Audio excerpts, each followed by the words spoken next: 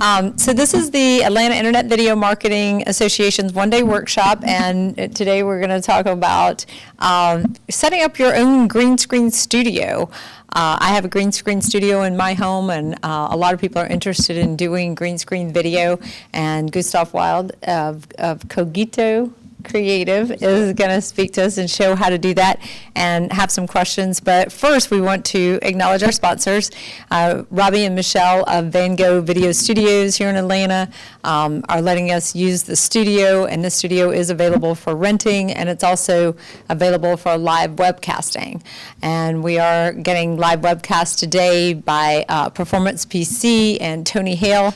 He does on location or remote live webcasting, and he also sells systems to be able to do live webcasting. Sony and Showcase Video, Showcase Photo and Video, are also sponsoring today. We want to thank them, and CopyTalk, which is copytalk.com, if anybody wants to go to them, they're a video transcription service. So we're going to thank our sponsors and get right to it. Gus is an amazing videographer and editor, and his all the guys that work with him do a great job as well. So Gus? So green screen's super versatile. I mean, you can literally broadcast from anywhere in the world, even on the moon, if you want to put it as your background. So the cool thing about green screen nowadays is that programs are becoming a lot more affordable and accessible to do some of your own chroma keying, which is what we call in the industry green screen chroma key. Essentially, green screen chroma key means that you pick one specific color to take out and it becomes transparent. So when you're in editing, when you lay it on the top layer, maybe if it's just one person standing in front of a green screen, that layer is going to look like just a person standing in nothing. So whatever's below that layer, that's going to be your background. So the two most popular colors for chroma keying are green for green screen, but also blue. And the reason for that is that there's no green or blue pigment in any human skin, no matter what ethnicity. So you can use any other colors, but then you're running into danger of, like, if you use yellow per se, there would probably be some holes in my skin, and that would just look really weird. So the most important thing about a green screen is lighting. You have to have proper lighting to make the green nice and smooth. You want it one color, so when you pick that color, you don't have to do multiple chroma keys. You can just pick one spot on there, and that whole background's going to disappear. It's super. Your editors are going to thank you, and you'll get the final product a lot sooner. So if you have bad lighting, sometimes it can almost be impossible, and you have to take it into a different program, maybe After Effects, to really tone into what you want out of there. And obviously, try to avoid having your talent wear any green or blue, depending on the screen, or they're going to have a giant hole in their body as well. So that would be it. Blue eyes, yeah, that's another thing. That's why green is more popular than blue, because you will have it's kind of freaky looking, and your eyes are like hollow if you have blue eyes on a blue screen. But so that is a good point to worry about. Also, anything reflective on, so maybe a watch or glasses, they might reflect the green or blue background. So then they're going to have holes in their face, which is not natural at all. So typically we use a 5-light setup for a green screen, the main ones being a backlight, and that's right here. We use our Pro Light, Lowell, great brand. This is the backlight's more of a spotlight, and it really does, it's most essential because it separates the subject from the background. So if you don't have that and all the light's just blasting from the front of the subject, you're going to have, it's just going to be too dark around the shoulders and the hair. So a lot of people call this a hair light, but basically you'll see a nice separation, a little glow on your shoulder or in your hair. So really helps separate it, and then in post-production it really helps bring the subject out. So the keying is a lot easier with a backlight. This is a Pro Light. Lowell is the brand. L-O-W-E-L. So that's our favorite lighting company. Everyone has their own, but it's really good too because it's so small. You don't really want your backlight to spray everywhere. The more you can focus it, and you want it really diffused too, because a lot of people make a mistake of not diffusing it enough, and then it's just like a white halo around their head. And while they might look very angelic, I don't know if that's the look you're going for. Um, I'm sorry. Yes, please. And, I'm probably gonna get, on that, specifically on that backlight, mhm. it's behind the subject that you're filming. Absolutely. And is it up high or is it come from an, if you're sitting down, is it come from an angle? I've been trying to figure that out. Yeah.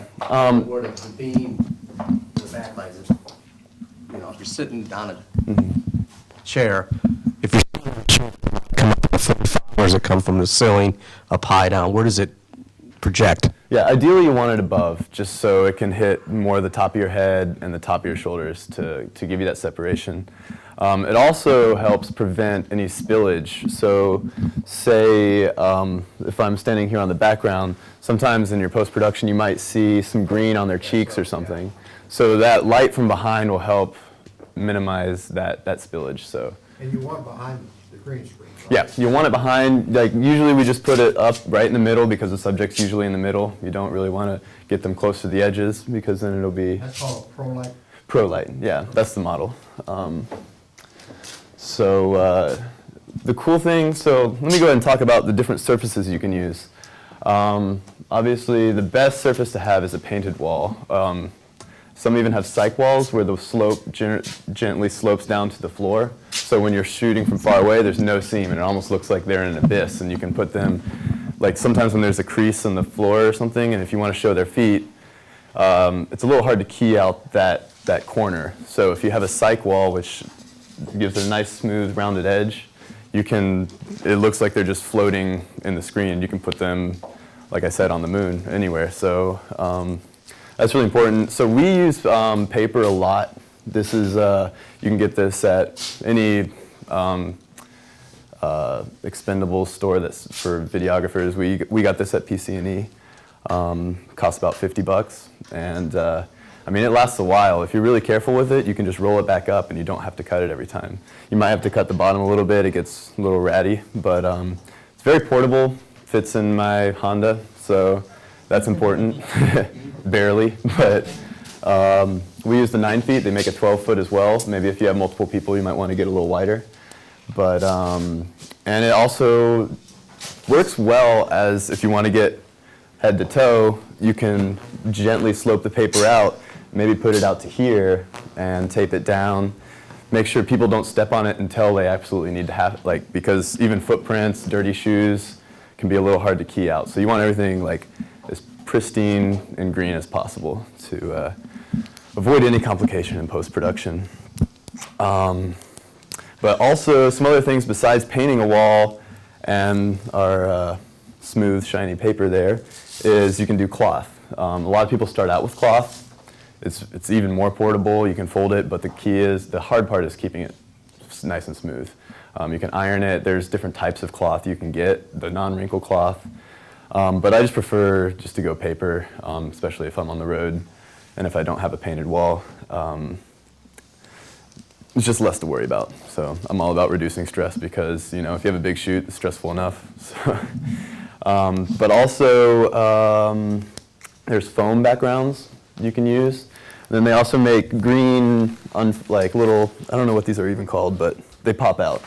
So you can have just someone holding it or something. So that's a great one for on the go, especially maybe if you do, if you have maybe a web video blog or something that you just more content based, that you can really crank those out pretty fast.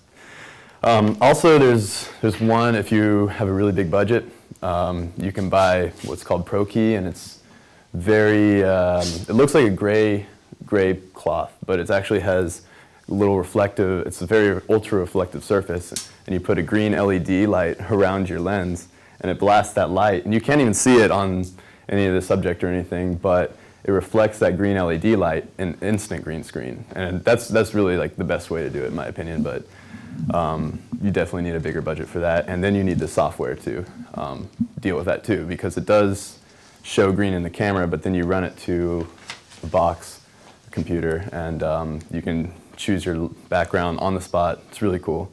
Your client can see it on the spot, which is nice. What's that called? You said? Pro Key?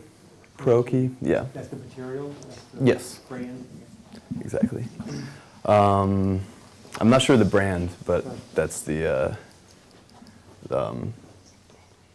technique.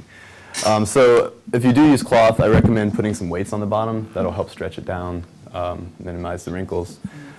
So when you light a green screen, you're going to want to light the screen first. So we usually have 2 or 3 lights. Right now we have 3 just to make it perfect, but we'll go ahead and turn these 2 lights on, and I'll try to show you exactly how even. You want the lighting to be even, because even if you have a gradient or it looks like it might be a little bright green and it fades to dark green, you might not notice it that much when you're filming, but when you go into post-production and you're trying to get that perfect chroma key, that perfect sweet spot, it's going to be a little more difficult, so you might have to put a couple of filters on there, different layers, to get that perfectly. And so we use, these are Omni lights. They're a lot bigger than the Pro lights. They're a little more voltage. Here's an example of an Omni. Just got barn doors. Pretty standard, but this is what we use the most. I'm not sure on the top of my head.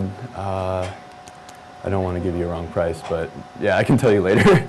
And then this is a Total light, which they're pretty comparable, but we use this.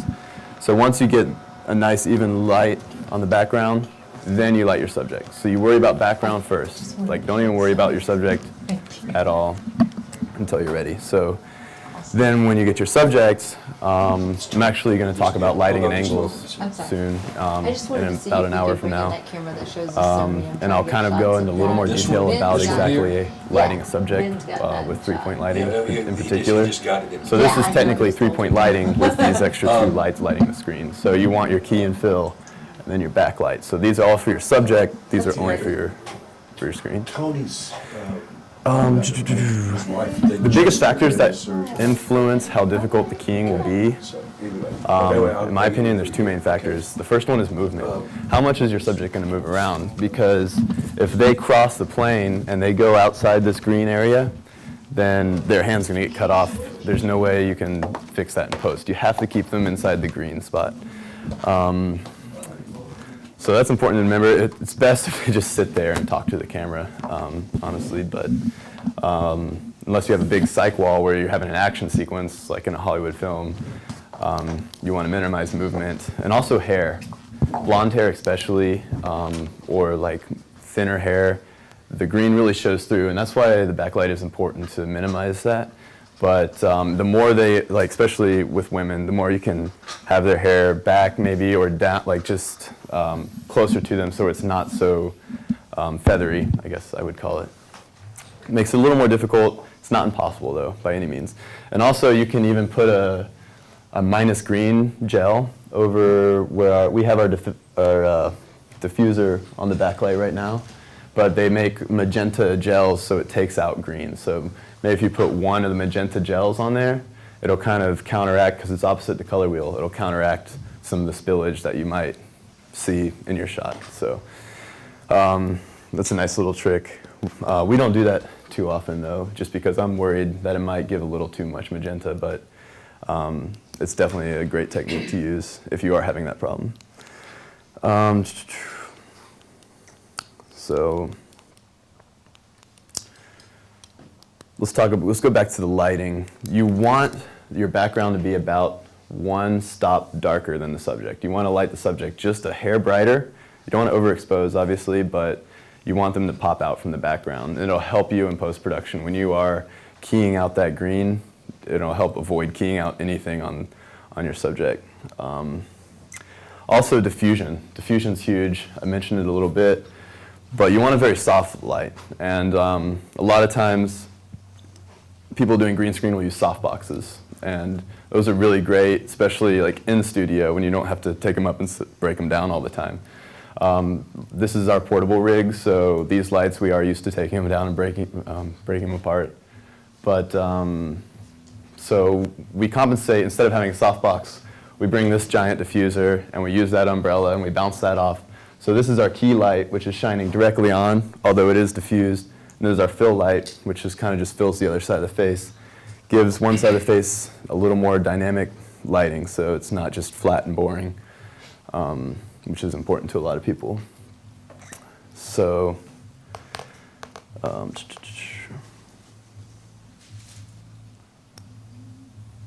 so these are flags. They're really handy if, say, maybe your key light is a little too hot on part of the screen, but you do want it for the subject, but it's hitting the screen a little too much. You can get a C-stand, which are what's holding up our background, and you can just put up a flag so it still hits your subject, but it'll block any unnecessary spillage onto the background. So you can use poster board, anything opaque, but that's real important because, like I said, you want the background to be as even as possible. Also house lights. Usually you want to turn off, except for these. These are actually all the lights on the rack. That's an ideal for a green screen. You don't even have to mess with light stands and everything if you have a permanent setup. But say you're in someone's office or something and you're filming a green screen, or your own office for yourself. Turn off the fluorescent lights for sure. Those usually have some really funky interference with the video. You'll see bars just of light just slowly going up the screen. Very disorienting. But then use lights, and if you can't, if you don't have any professional lights, any other professional videographers are going to wince when I bring these out, but these are super handy. Like, I'm not above using these on a real run and gun shoot, and I've used these before, obviously, because these are mine. But What kind of bulb do you have in there? honestly, this one is The natural? 72 watt. That's interesting. But yeah, usually I use. Light ones work better? Yeah, it depends. No, actually, well, like I said, it depends on where you're shooting because you're going to want to balance your light to, say if you're outside, you will want like a full spectrum white light, but maybe if you're shooting indoors where your other lights are incandescent or CFL, you'll want to just match what your other lights are. So as long as all your lights are the same, then you set your camera to white balance for that light. So you just don't really want to mix like the full white outdoor light or like these full spectrum bulbs with incandescent bulbs or halogen, because then indoor light is usually a little orange and outdoor light's blue. So if you mix the two, you set your white balance for one, the other one's going to seem really orange or really blue. So as long as you keep them consistent and you set your camera to that, you should be fine.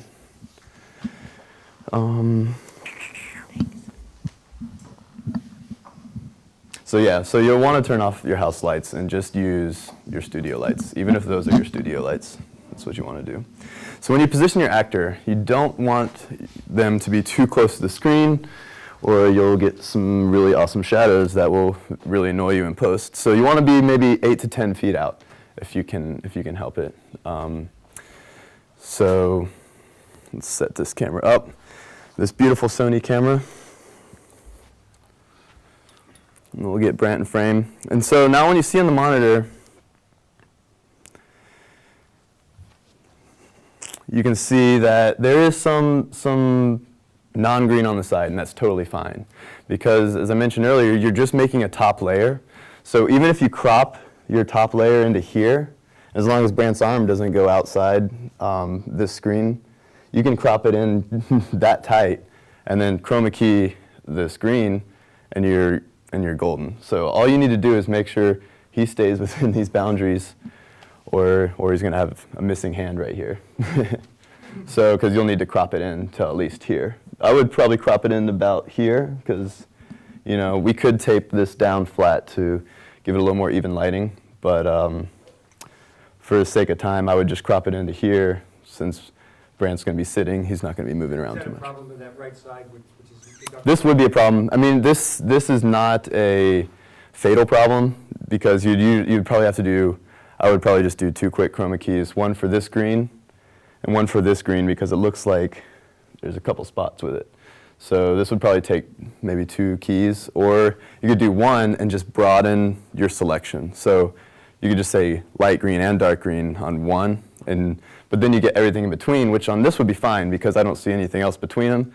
But say if there was some kind of green in between these, but you didn't want to key out, which would be rare, I don't know why, but you would want to do two specific ones to get that green and that green.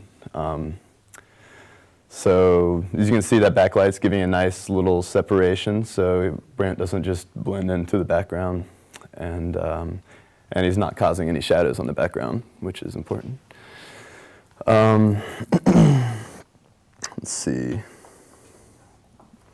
A monitor is very important. So to have a monitor on stage, because it's really hard to see in your camera's internal screen. Most of them are like 3 or 4 inches. So you won't see some spillage on the cheek maybe, like you would be able to see here. You'd be able to see some green on his cheek that might be reflecting. Also, if you use paper like we do, it's really important to not use anything shiny paper or anything glossy that might reflect anything. So this paper is it's a very matte finish. It's almost like construction paper. You can come up and feel it afterwards. So it's really good about diffusing the light when it reflects it off. So you don't want to outline your subject with green. Let's see. So we talked about the position of the actor. With cameras, you can do multiple camera setup. It is a little more challenging because both cameras have to be have green on the background, so you can't bring the angle out wide. If we had a second camera, if I put it here, Brant's not even on the green. So that's one thing to think about. But it is possible. We do it. But then also you have to think about post-production. What's my background going to be for the second camera? So that's important to have in mind. That's more pre-production. But like say if this is your main shot and you have a side shot here and Brant's on the green, maybe you have a cyc wall that just goes all the way around.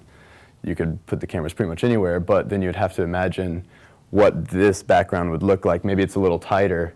So your video or photo, you can put either one as a background for the green screen.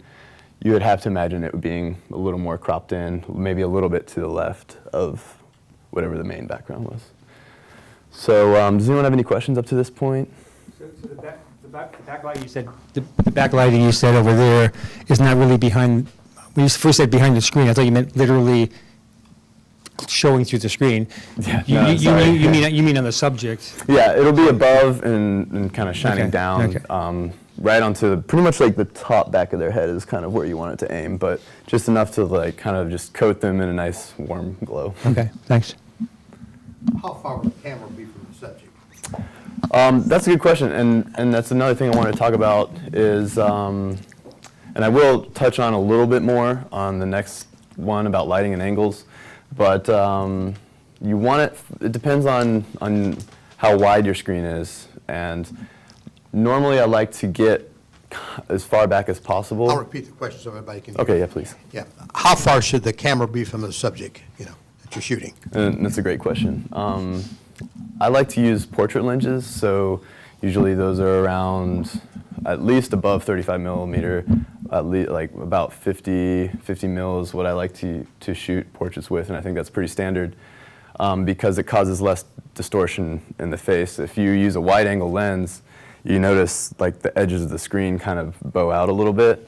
So if you are going to use a portrait lens, say for Brant's shot right here, you're going to want to get a little farther back so you can use a little more of a natural, to more of what your eye sees. 10 feet, 15 feet? Yeah, that should be plenty fine.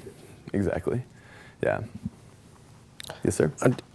Just so I'm clear, I'm kind of recapping the lights. You've got the backlight up here, and then the light between the subject and that's lighting the screen. Exactly. And then these two here, not the fill, but these two are lighting the screen as well. So Yeah. it's like a 5-point lighting system or whatever. Exactly. Yeah.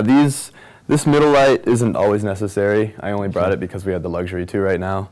But yeah, these two lights are arguably the most important for green screen because they're in charge of making sure you have a nice even background. And then these are just strictly for the subject. And usually 45-degree angle, one's closer as the fill, and then one's further away, just to Yeah, have a exactly. So difference. this one is going to be just a little brighter on Brant, as you can see. on his face. One side's a little bit brighter for a little more dynamic lighting, and then the fill is supposed to just brighten up that dark side, but not overexpose it or be as intense as the other light. So If you had soft boxes, where would they be? Where would you place those? they would actually be pretty similar to be where they are, but instead of this bouncing off, it would just be more direct, but the softbox would filter the light a little bit. So actually a total of 6 lights, is that what we're talking about? Right now we have 6. Usually we use 5. Like if we're going on location and we need to set up, and the client's has talent, and we need to get the talent on. Which one would you take away from here? This middle one right down Okay. the Alien B. But this was great. If you have multiple of these, what's awesome about this light, not only does it have a fan so it cools, you don't have to these I wouldn't even want to hold right now, but it's got dimmable. So if it's a little too hot and you can't move it back, which is always a great option, you can just turn it down a little bit. So What do those cost? What's the price? I want to say this one was under $200, and this is the cheaper version. So I mean, they go up to a lot more power. So we don't need too much power for our purposes. A lot of photographers use the Alien Bs because they have the strobe flash, and you can hook it up to your camera. So when you press, it'll flash. So it's primarily a photography tool, but we use it just because it has great constant light and it's very adjustable. Okay. Yes, sir. Would the setup vary if you were using LED lights? That's also a good question, and it kind of relates to when I was talking about color temperature of lights. The setup wouldn't really change that much, but when you set up your camera, you want the white balance to be, usually LEDs are balanced as daylight, so you would want to make sure your white balance in your camera and make sure that all the LEDs are the same temperature as well. So usually if you just buy five panels, then you're golden at once. So you know that. So you would still use a 5-camera setup? Yeah, the even for the back?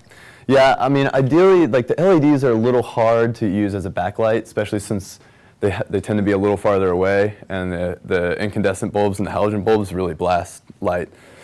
So that's usually a little easier for us, but it is possible. So you would never mix the two?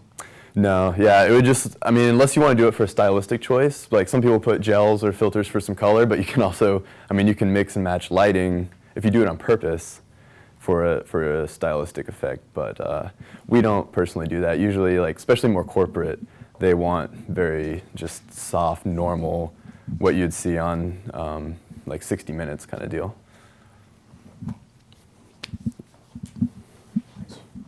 My question is, do you use any of the new type LEDs that are color changeable? Do you know the type I'm talking Yeah. about? Have you had any good luck with those, or any type that you recommend? I haven't personally used those, but I know people that have, and they really enjoy it because the color changing is going from daylight balance to indoor balance. So, so if you do, I mean, those are super versatile and they're awesome. Especially if you are on a run and gun shoot and you're filming one subject inside and then one subject outside, all you have to do is just flip the switch, and when you move outside, just turn it to daylight, and then the light shining on them will look like the sun. There's another type, though, that changes the color. If you're looking for effect, it might go from red to, do you know the one I'm talking about, to yellow to...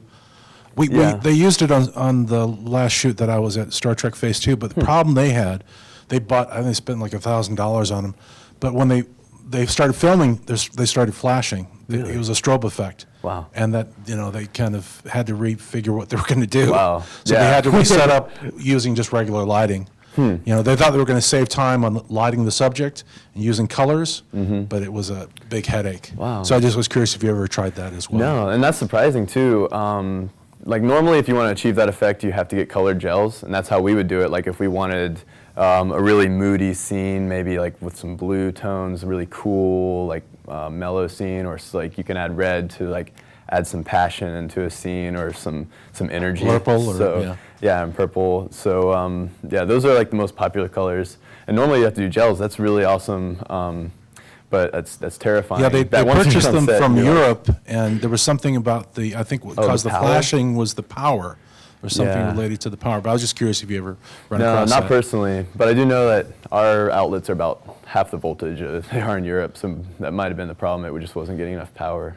Yeah, they just ended up, couldn't even use them and Wow. after spending all that money. Wow, So that's they had to go terrifying. back and it took them forever to relight everything. But anyway, thank you very much. Absolutely, my pleasure. Does anyone else have any more questions? Gus, just talk a little bit about like when you shoot it, you know, do you need are there any different types of cameras that you need, or do you do anything differently when you shoot a green screen than you would anything else? Or is it just exactly like you do anything else? There are a lot of similarities. One thing you really want to do is make sure if you do have multiple cameras, you want matching cameras, because different cameras pick up color differently. So when you're in post, and if you have matching cameras, you can just put on your chroma key, your filter, key it out, and then literally just copy and paste it into your next track. And if the color is the same and their white balance is the same, it should be really easy and quick for you. But if you do use two different cameras, which we've given ourselves some headaches in the past of doing, you do have to spend a lot of extra time. You're literally doubling your work. If you have two cameras and you have to do two chroma keys, you're literally doubling your work. So you want to keep it as consistent as possible. And I'm trying to think if there's any other, from a camera standpoint. Yeah, I mean, I can't stress enough how important white balancing is, even just for your subject too. So before you go, you want to show your camera what's white before you start rolling. So then that dictates what's blue, what's yellow. So that's important, especially for green screen, because you need to tell the camera what's green. So it will do it all right. And as far as post-production, we like to use After Effects and Premiere for our chroma keys. Final Cut, we were really big on Final Cut. And when Final Cut 10 came out, a lot of the community was frustrated with their editing abilities. But one thing I was really impressed with the new Final Cut is their chroma keying and their color correction software. So sometimes we do use that Final Cut 10 for chroma keying. It's very intuitive too. So maybe if you don't do this a lot, maybe you want to take maybe some videos for your business to another level, or like a podcast or something. Put a green screen in your house so you can paint a wall, or just bring some paper down there, or a blanket, especially if it's just going to be permanent. Any sheet, it's not going to get wrinkled, so you can just keep it up, keep it weighted down. And get a program like Final Cut or Premiere, and those are great entry-level ways to easily do a great chroma key by yourself in just a matter of an hour or two. So when you're shooting yourself, there's no pressure to get it right. You don't have to impress a director. You just have to make sure that you're happy with your own work. Gus, when you're setting it up in your home, and we did this in my studio when we first started, we had way too much wattage and all of that. Talk a little bit about, I mean, this is a studio, so it's all set for it, but is there anything different you need to do at home or anything when you set up this much lighting? There definitely is, especially if you're using lights like this. If you're using these guys, you still need to be a little wary of it, but I've blown many circuits in my day, so I've learned the hard way. So now we just have a general rule of thumb. One of these lights especially per circuit. So this might mean you have to get a 100-foot extension cord and run it through your living room all the way to your bedroom to get like another outlet. But it'll be worth it, and you're gonna have to like learn. You know your house the best, so what's going to be more inconvenient for you, what's going to be less inconvenient. So just kind of strategize, spread the power, spread the love among the outlets. And you shouldn't have a problem. Worst comes to worst, you blow a fuse and you just go back and flip it back on. Anybody else have questions?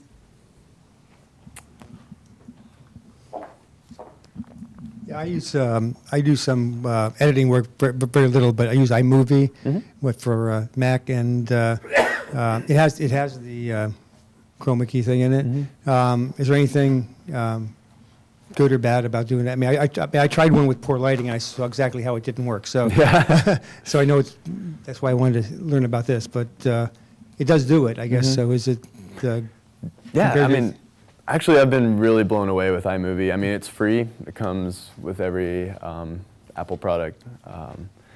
But there's pros and cons to it. And I think for free, and especially if you're doing maybe a web blog series or something, or maybe some internal videos for your business, or maybe just a little general promo, something like to update people with, I think iMovie is great, honestly. I mean, it's, like I said in the very beginning, technology, these softwares are just getting so much easier to use, and something that once took like a professional with very specialized skills to do, now business owners that aren't even into videography are making their own green screen videos, and they're perfect because you can brand it, you can put your logo behind you.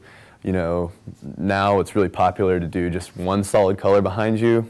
Apple made the white super famous in their commercials, so it's almost like an abyss, like you're just in this element. I don't know really what to say, but I mean, you can put your logo in there, you can put your logo behind you.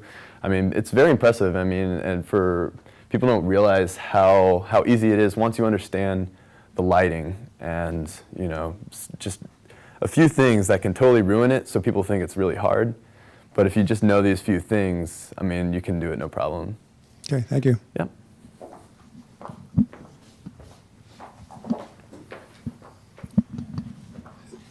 So what would the whole setup for a good quality green screening operation run? What would one expect to pay? I've Let's seen see. kits as low as $250, but you get what Yeah. you pay for. Yeah, this will be totally off the top of my head, spur of the moment, but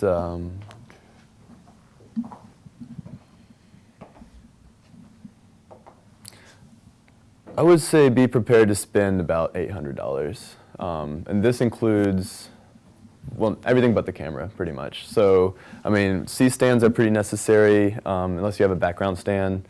You can get creative and find some other way to hang up your paper. But, I mean, these are portable. We take them everywhere. They're super rugged, strong. That's quality. I do believe in maybe spending an extra couple $100 on a light kit. I did buy my first light kit ever, I think, was about $300 for a 3-piece. And, I mean, it lasted me a couple years, but near the end, they started shorting out, and I just felt like they were very temporary. Even though they did the job great, they were soft boxes, they gave me really nice even light, but I could tell like maybe like on one of them the switch became like a little loose. So I would probably spend maybe $500 on lights, maybe. But like I said, I mean these are what, like I think $20 or $30 at Home Depot. So and it'll give you, as long as you just take the time to light the screen first, and then light your subject, and then remove any spillage from the subject lights onto the screen. Like, this spillage isn't bad because it's not really highlighting some, but some lights, maybe this yellow guy down here has, the bulb's a little weird, so you'll see like bright spots on the paper and then darker spots. So it will be a little more difficult to key. So, I mean, the more you spend, the easier it's gonna be for you. So it just depends on how much you value like ease of use, or how much you might be on a budget, so you might spend a few more minutes in post-production. So it's kind of a give and take, but Thank you. yeah, no problem. I'd say for a super quality green screen setup, you can get one for $1,000. That's really top of the line. Any other questions? Where am I at? Website or anything, just so people Yeah, sure. Oh, actually, I do want to plug one thing too. We are starting a series of, I guess, videographer workshops online. So our website's gocogito.com. That's GOCOGITO. Almost rhymes. GOCOGITO. Go Cogito. That's our name. We're Cogito Creative. So our series of these videos we want to give out for free. It's called Incogito. And our first one we're about to release is about exposure. So how to properly expose your camera. There's different ways to influence that. Maybe it's your ISO, your gain, or your shutter speed, or your aperture. There's a lot of different things you can change inside your camera to give you the best exposure. So we just want to really like build a community, especially in Atlanta. We want to get a discussion going about things, you know, talk about projects, help each other out, because we need help just as much as anyone sometimes. So that's our goal with that, and just kind of get our name out there. So maybe I'll once we do put up our first video, I'll send it to Donna, and maybe she can spread the link around. But we'd love you guys to check it out, and yeah, just keep an eye out for some more. Thank you, Gus. Thank you.